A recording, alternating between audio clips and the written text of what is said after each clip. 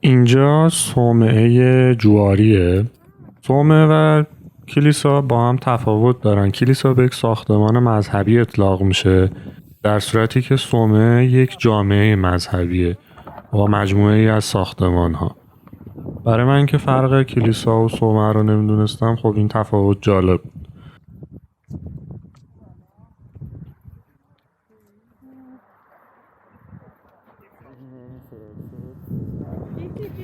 صومعه جواری بر ارتفاعاتی قرار گرفته که میشه از اونجا شهر متسقطا رو دید. این شهر هم آثار معماری ارزشمندی داره، هم در نقطه استراتژیکی قرار گرفته و به طور کامل توسط کوه‌ها احاطه شده. تا قرن ششم که پایتخت به تفلیس انتقال پیدا میکنه، پایتخت گرجستان اینجا بوده، اما متسقطا به دلیل کلیساهای متعددی که داشته مرکز دینی گرجستان باقی میمونه و در قسمت بعد از این شهر و کلیسای معروفش به اسم سویتسخوولی بازدید میکنیم.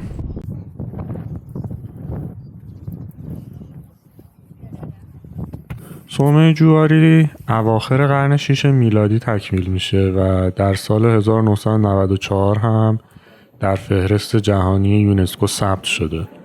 جواری در زبان گرجی به معنای صلیبه و تاریخ این صومعه برمیگرده به قرن 4، زمانی که خانم نینای مقدس به اینجا میاد تا دین مسیحیت رو در گرجستان ترویج بده.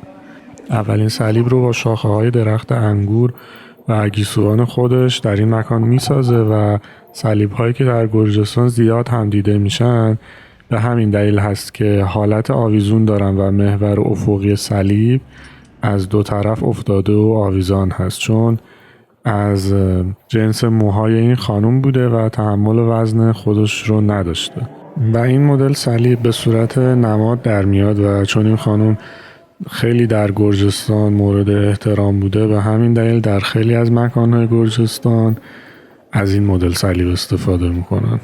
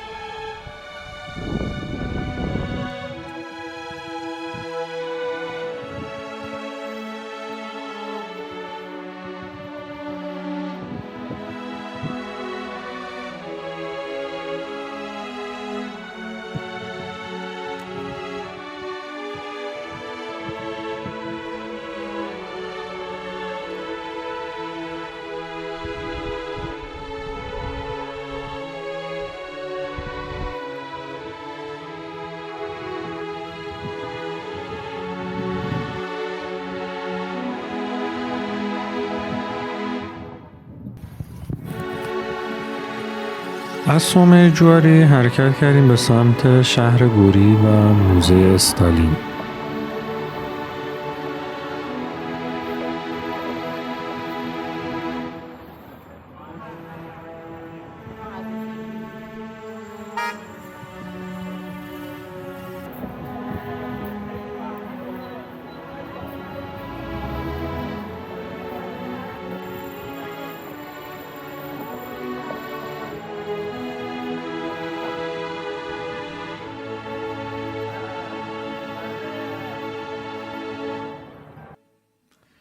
اول خانه کودکی‌های آقای استالین رو دیدیم که تا 4 سالگی در این خانه زندگی می‌کرده و فقط یک اتاق از این خونه متعلق به خانواده استالین بوده.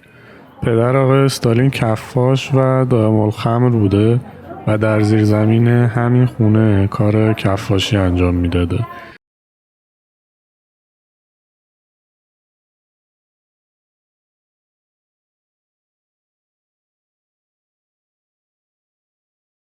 این سقفی هم که بالای این خونه میبینین ساختن، بعدها در زمان شوروی ساختن برای اینکه این خونه حفظ بشه و خراب نشه.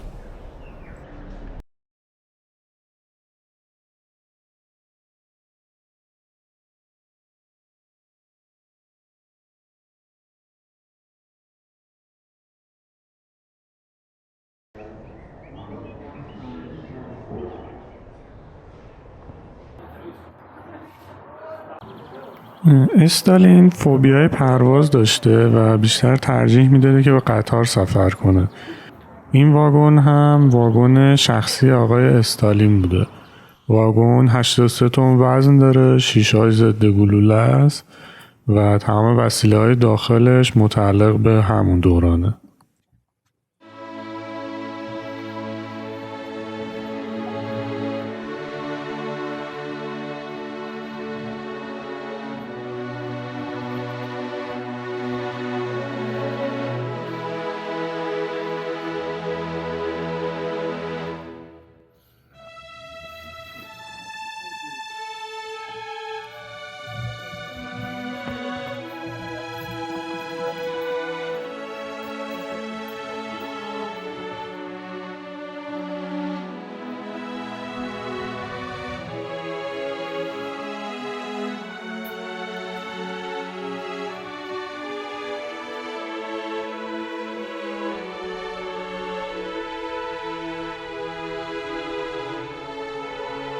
Yes, I.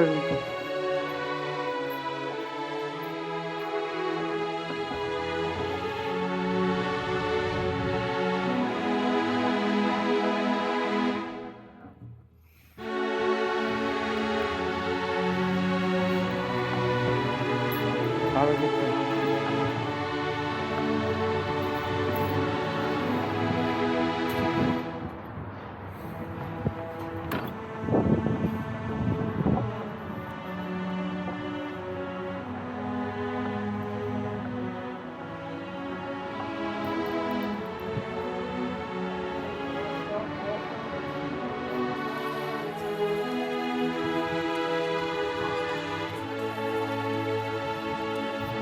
قسمت بعد میریم داخل موزه رو میبینیم و راجع به استالین صحبت میکنیم، به یاد کتاب‌های تاریخ مدرسه.